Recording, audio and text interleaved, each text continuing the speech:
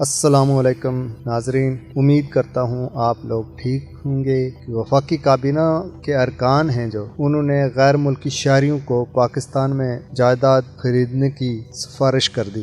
زیادہ تر اراکین پارلیمنٹ جو ہیں ان کا کہنا ہے کہ ترکی اور ملیشیا کی طرز پر غیر ملکیوں کو پاکستان میں جائیدادیں خریدنے کی اجازت ملنی چاہیے، جس میں اخوانیوں اور سکھوں سمیت غیر ملکی شہریوں کو پاکستان میں جائیدادیں خریدنے میں قانون میں ترمیم کی جائے۔ تو وفاقی کابینہ کے اراکین جو تھے انہوں نے مزید کہا کہ افغانستان کی صورتحال بہت خراب ہے، تو افغانستان کی صورتحال خراب ہونے کے باعث افغان سرمایہ کار ترکی اور ملیشیا منتقل ہو رہے ہیں، تو اس اسکیم کے ذریعے افغان سرمایہ کار جو ہیں ان کو پاکستان کی طرف راغب کیا جائے۔ قانونی رکاوٹ کی وجہ سے پاکستان میں کوئی غیر ملکی جائیداد نہیں خرید سکتا۔ غیر ملکیوں کو پاکستان میں اراضی خریدنے کی اجازت ملنے سے پاکستان کو اربوں ڈالر کا سرمایہ ملے گا، پاکستان میں اربوں ڈالر کی انویسٹمنٹ ہوگی۔ سکھوں نے بھی اپنے مقدس مقامات پر